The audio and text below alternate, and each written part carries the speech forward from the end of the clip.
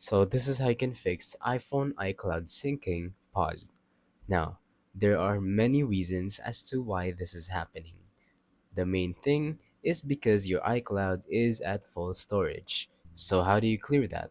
Well, let's go on ahead and open up General or Settings and then tap on your iCloud right here. And here we are. So, as you can see, this is my iCloud storage. I have 1.6 used of my 5 GB on my iCloud. So basically I have about 3.4 GB left. So, how do we make sure that we have enough storage for the important files? And how do we fix this syncing problem? Well, you're going to want to upgrade for more storage if you have that kind of money. If you want to, you can go on ahead and buy 50 GB, 200 GB, or even 2 terabytes. But if you don't want to spend any kind of money and you just want to delete other files that you might no longer need, you can go on ahead and tap on this Save to iCloud thing and then tap on See All. Now, you're going to want to remove the things that you are sure that you won't need. So, for example, if you don't really need stocks, if you're not that kind of person, go on ahead and remove that.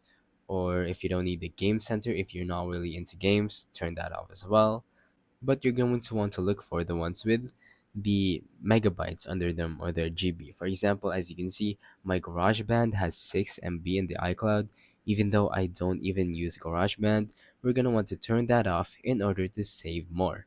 Now, this should start syncing our files, the important ones at least, and our syncing should resume.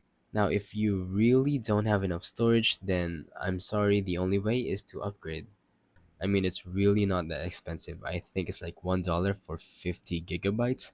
That is a lot of storage for just $1. So I do recommend upgrading in order to store more storage in your iCloud.